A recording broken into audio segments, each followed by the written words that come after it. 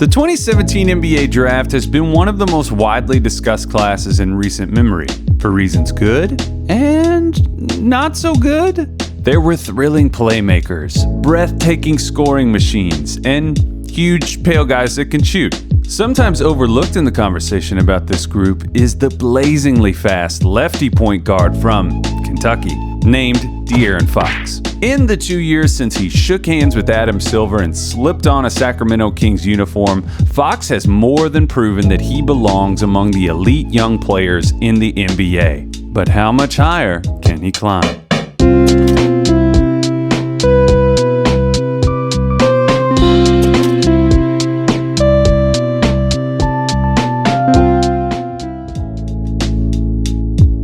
If you're new to this whole watching De'Aaron Fox thing, allow me to say something that is well known across the basketball world. De'Aaron Fox is a quick-twitch athlete, and he is stupid fast. He's also got a terrific motor, and at 6'3" with a 6'6.5" wingspan, his explosiveness, size, and length are consistently impacting the game. Specifically in transition, when he accelerates in that space between the foul lines, few players in the NBA can turn on the afterburners quite like Fox. There was no sophomore slump for De'Aaron Fox. He had a wildly positive second year, and Fox was finally handed the reins of a young, competitive team, and he handled the challenge well, upping his averages to 17.3 points per game, 7.3 assists, and 1.6 steals. He also saw efficiency improvements in the pick and roll, transition, and spot-ups, his three main areas of offensive production, all while upping his three-point shooting and true shooting percentages. Sacramento, as a team, was also fast in 2018-19. Fastest in the NBA, in fact, according to Second Spectrum. They could pick up and move faster than a con artist's family, and Fox was the engine that made them go. You missed a long three? Here comes De'Aaron Fox. Live ball turnover? You'd better get your ass back. Want to relax for a second after you got a big bucket? Well, guess what? You're an idiot. He's coming after makes, too.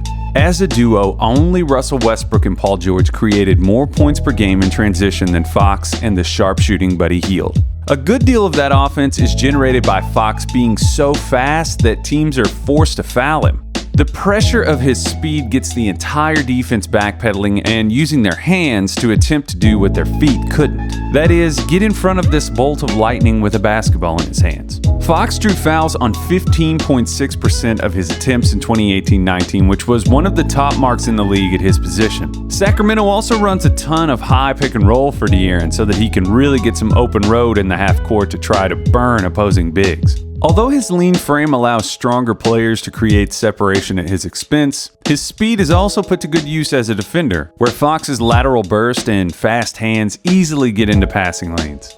He's a gambler, and that gambling can often get him burnt. But he was 9th in the league in steals this past season, and he was the youngest player in the top 10. Even though you frequently hear young players talk about adjusting to the speed of the NBA game, for young point guards with elite athleticism, it can often be about controlling their own speed to flow with the NBA game. In my opinion, Fox is walking a tightrope between continuing to fully utilize his top-end speed and simultaneously bottling it so that he's a more dynamic threat.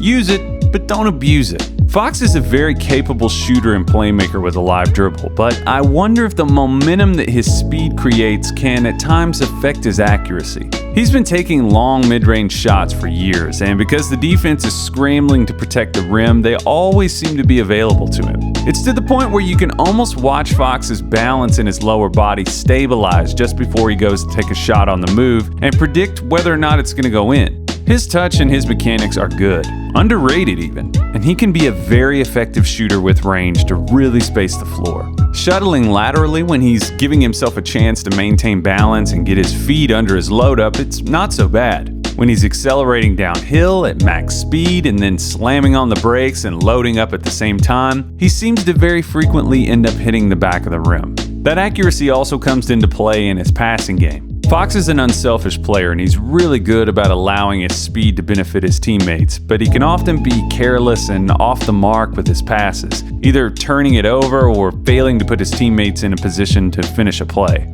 Fox is navigating a point in his development where he's forced to respond to and sift through his second, third, fourth options and make the correct decision. If his first inclination isn't there, and let's be honest, for guys as overwhelmingly athletic as Fox, they're used to it being there. At lower competition levels, even if the defense reacts quickly enough, he turns the corner and beats them to the spot. That luxury fades in the NBA. This can lead to careless passes or wild sequences where he rushes downhill to a low-efficiency part of the floor, and the drawn fouls can even mask some of those instances as positives. Physically, Fox is not the same type of downhill bully that guys like John Wall, Russell Westbrook, or Derrick Rose have been in the past. If he's got a window to the rim, sure, he's as fast as those guys and he can get up and punch it. But he doesn't have near the same type of raw strength to just plow through the chests of defenders or carve out space in the air. In traffic, this can impact his finishing quite a bit. Some of that will call for craftier and more ambidextrous finishing, but some of it is just natural build, and Fox is going to need to add whatever functional strength he can in order to have a better chance in this area. It might behoove Fox to study the elusive middle games of guys like Steve Nash or Chris Paul. With all of their youthful pizzazz and promising stars like Buddy Hield, Marvin Bagley III, Bogdan Bogdanovic, and De'Aaron Fox, the Kings were a fun team to watch last season, but they still finished 9 games outside of the playoffs in a conference that didn't exactly get any easier in the offseason. A potentially key shift of personnel, at least as it pertains to Fox and his development, could lie in the swap of Willie Cauley-Stein for Dwayne Dedmon. I know what you're thinking. No, Dedmon is not the sexiest offseason move of all time, and Sacramento fans probably didn't shatter any beer glasses from enthusiastically toasting his signing, but the subtlety of his presence could provide some opportunity for Fox to grow. Dwayne and Willie bring nearly identical counting stat production per 36, but Dedmon brings one specific combination of things that Cauley-Stein did not: pick and roll versatility and rim protection. The Kings were royally sucktastic at defending the basket last year. Teams that want to get into transition are going to take risks that will often fail to pay out. But the Kings were 27th in the NBA in points allowed near the rim, 26th in defensive rebounding percentage, 24th in blocks, and 26th in second chance points. Dedmon is not the lateral or vertical athlete that Willie is, but his grittiness and instincts could be an improvement here. I also think that Dedmon's skill set could have a big picture impact on the Kings' offense. He's a more physical screener, and his ability to pop for looks from 3 could widen Fox's options and potentially create more space. That diversified look could pay dividends for Hield and Bogdanovic as well, as Dedmon's shooting pulls gravity and as Fox's drives draw help defenders away from the wings and corners. Personally, I would like to see Luke Walton give Fox more of an opportunity to play off the ball because it capitalizes on 2 of his most consistent strengths. When he's coming downhill in transition or in the pick and roll, teams can focus their collective efforts on stopping him. But when the ball is moving and it's swung to Fox, his quickness becomes trickier to deal with because the defense is off balance. It also gives him the opportunity to catch and shoot, which he does well. This could mean upping Bogdanovic's reps running the offense or increasing Hield's off-screen attempts. Each is a viable option, and I'd love to see it happen. The Kings are entering a difficult time in the progression of a young core. The blissfulness of, "we are competitive and this team is super fun to watch," stops being enough, and the youngsters start to get judged under the harsh fluorescent lighting of playoff success. How Fox is optimized is going to play a big role in which direction this thing heads. So how does a player like De'Aaron Fox ascend into the All-Star conversation?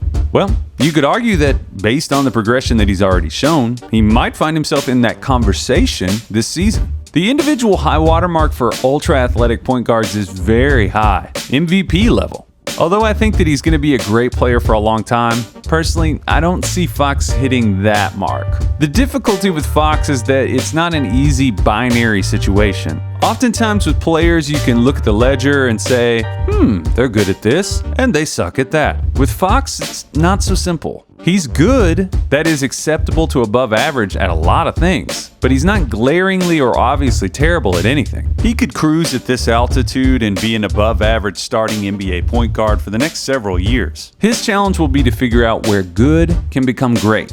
If he can expand and get comfortable with a greater pick and roll vocabulary. If the Kings can diversify his offensive looks to elevate his strengths. If he can get stronger and positionally savvier as a defender. And if he can become a better decision maker as a scorer and as a playmaker, I could see De'Aaron Fox securing an all-star spot in the very near future. Let me know if you agree.